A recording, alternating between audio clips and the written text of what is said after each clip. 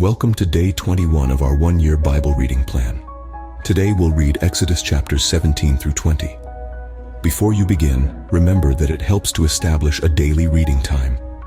Begin with a short prayer, asking the Holy Spirit for wisdom and understanding. Always read for understanding and to hear from God, not just to finish today's reading. Please like, subscribe, and share this video to bless someone else. Now, let's begin. Exodus chapter 17. Verse 1. The whole Israelite community set out from the desert of Sin, traveling from place to place as the Lord commanded. They camped at Rephidim, but there was no water for the people to drink, so they quarreled with Moses and said, "Give us water to drink." Moses replied, "Why do you quarrel with me? Why do you put the Lord to the test?"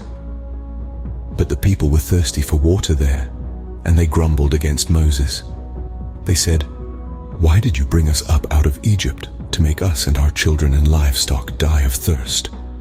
Then Moses cried out to the Lord, "What am I to do with these people? They are almost ready to stone me." The Lord answered Moses, "Go out in front of the people. Take with you some of the elders of Israel, and take in your hand the staff with which you struck the Nile, and go. I will stand there before you by the rock at Horeb. Strike the rock, and water will come out of it for the people to drink." So Moses did this in the sight of the elders of Israel. And he called the place Massah and Meribah, because the Israelites quarreled, and because they tested the Lord, saying, "Is the Lord among us or not?" The Amalekites came and attacked the Israelites at Rephidim. Moses said to Joshua, "Choose some of our men and go out to fight the Amalekites. Tomorrow I will stand on top of the hill with the staff of God in my hands." Verse 10. So Joshua fought the Amalekites as Moses had ordered. And Moses, Aaron, and Hur went to the top of the hill. As long as Moses held up his hands, the Israelites were winning, but whenever he lowered his hands, the Amalekites were winning. When Moses' hands grew tired, they took a stone and put it under him, and he sat on it. Aaron and Hur held his hands up, one on one side, one on the other, so that his hands remained steady till sunset. So Joshua overcame the Amalekite army with the sword. Then the Lord said to Moses, "Write this on a scroll as something to be remembered, and make sure that Joshua hears it, because I will completely blot out the name of Amalek from under heaven." Moses built an altar and called it, "The Lord is my banner." He said, "Because hands were lifted up against the throne of the Lord will be at war against the Amalekites from generation to generation." Exodus chapter 18, verse 1. Now Jethro, the priest of Midian and father-in-law of Moses, heard of everything God had done for Moses and for his people Israel, and how the Lord had brought Israel out of Egypt. After Moses had sent away his wife Zipporah, his father-in-law Jethro received her and her 2 sons. One son was named Gershom, for Moses said, "I have become a foreigner in a foreign land." And the other was named Eleazar, for he said, "My father's God was my helper. He saved me from the sword of Pharaoh." Jethro, Moses' father-in-law, together with Moses' sons and wife, came to him in the wilderness, where he was camped near the mountain of God. Jethro had sent word to him, "I, your father-in-law Jethro, am coming to you with your wife and her 2 sons." So Moses went out to meet his father-in-law and bowed down and kissed him. They greeted each other and then went into the tent. Moses told his father-in-law about everything the Lord had done to Pharaoh and the Egyptians for Israel's sake, and about all the hardships they had met along the way, and how the Lord had saved them. Jethro was delighted to hear about all the good things the Lord had done for Israel in rescuing them from the hand of the Egyptians. Verse 10, he said, "Praise be to the Lord who rescued you from the hand of the Egyptians and of Pharaoh, and who rescued the people from the hand of the Egyptians. Now I know that the Lord is greater than all other gods, for he did this to those who had treated Israel arrogantly." Then Jethro, Moses' father-in-law, brought a burnt offering and other sacrifices to God, and Aaron came with all the elders of Israel to eat a meal with Moses' father-in-law in the presence of God. The next day Moses took his seat to serve as judge for the people, and they stood around him from morning till evening. When his father-in-law saw all that Moses was doing for the people, he said, "What is this you are doing for the people? Why do you alone sit as judge while all these people stand around you from morning till evening?" Moses answered him, "Because the people come to me to seek God's will. Whenever they have a dispute, it is brought to me, and I decide between the parties, and inform them of God's decrees and instructions. Moses' father-in-law replied, "What you are doing is not good. You and these people who come to you will only wear yourselves out. The work is too heavy for you. You cannot handle it alone. Listen now to me, and I will give you some advice, and may God be with you. You must be the people's representative before God, and bring their disputes to him." Verse 20. Teach them his decrees and instructions, and show them the way they are to live and how they are to behave. But select capable men from all the people, men who fear God, trustworthy men who hate dishonest gain, and appoint them as officials over thousands, hundreds, fifties, and tens. Have them serve as judges for the people at all times, but have them bring every difficult case to you. The simple cases they can decide themselves. That will make your load lighter because they will share it with you. If you do this and God so commands, you will be able to stand the strain, and all these people will go home satisfied. Moses listened to his father-in-law and did everything he said. He chose capable men from all Israel and made them leaders of the people, officials over thousands, hundreds, fifties, and tens. They served as judges for the people at all times. The difficult cases they brought to Moses, but the simple ones they decided themselves. Then Moses sent his father-in-law on his way, and Jethro returned to his own country. Exodus chapter 19, verse 1. On the first day of the 3rd month after the Israelites left Egypt, on that very day, they came to the desert of Sinai. After they set out from Rephidim, they entered the desert of Sinai, and Israel camped there in the desert in front of the mountain. Then Moses went up to God, and the Lord called to him from the mountain and said, "This is what you are to say to the descendants of Jacob, and what you are to tell the people of Israel. You yourselves have seen what I did to Egypt, and how I carried you on eagle's wings and brought you to myself. Now if you obey me fully and keep my covenant, then out of all nations you will be my treasured possession. Although the whole earth is mine, you will be for me a kingdom of priests and a holy nation.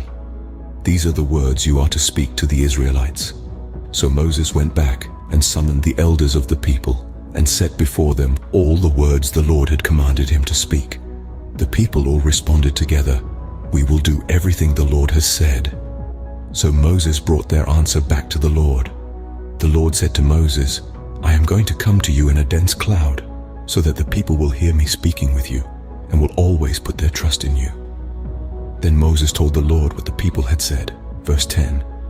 And the Lord said to Moses, "Go to the people and consecrate them today and tomorrow. Have them wash their clothes and be ready by the 3rd day, because on that day the Lord will come down on Mount Sinai in the sight of all the people.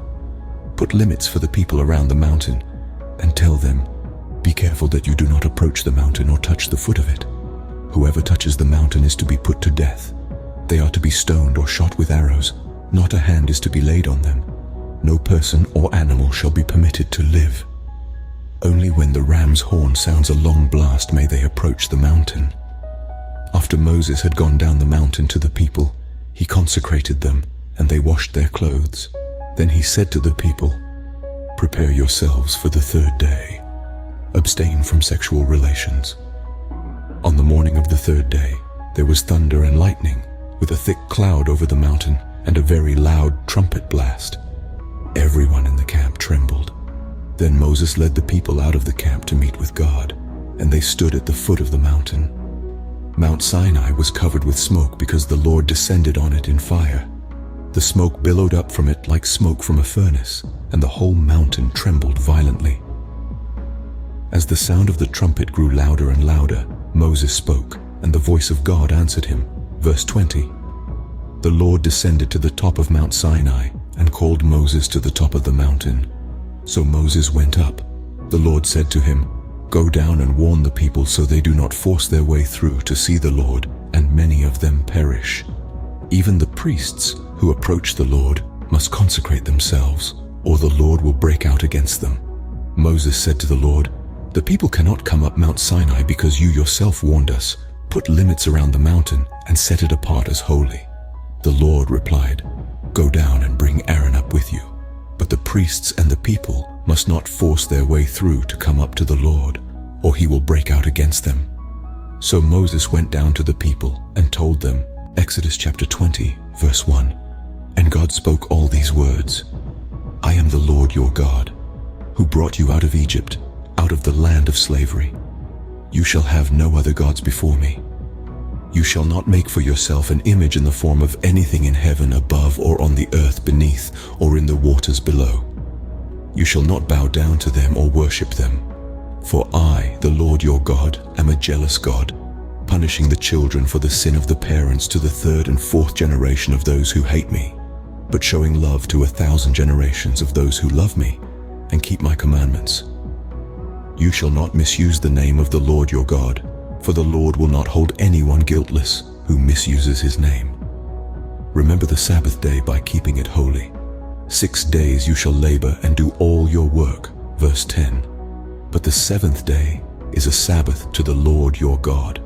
On it you shall not do any work, neither you, nor your son or daughter, nor your male or female servant, nor your animals, nor any foreigner residing in your towns. For in 6 days the Lord made the heavens and the earth, the sea, and all that is in them, but he rested on the seventh day. Therefore the Lord blessed the Sabbath day and made it holy. Honor your father and your mother, so that you may live long in the land the Lord your God is giving you. You shall not murder. You shall not commit adultery. You shall not steal. You shall not give false testimony against your neighbor. You shall not covet your neighbor's house. You shall not covet your neighbor's wife, or his male or female servant, his ox or donkey, or anything that belongs to your neighbor. When the people saw the thunder and lightning, and heard the trumpet, and saw the mountain in smoke, they trembled with fear. They stayed at a distance, and said to Moses, Speak to us yourself, and we will listen.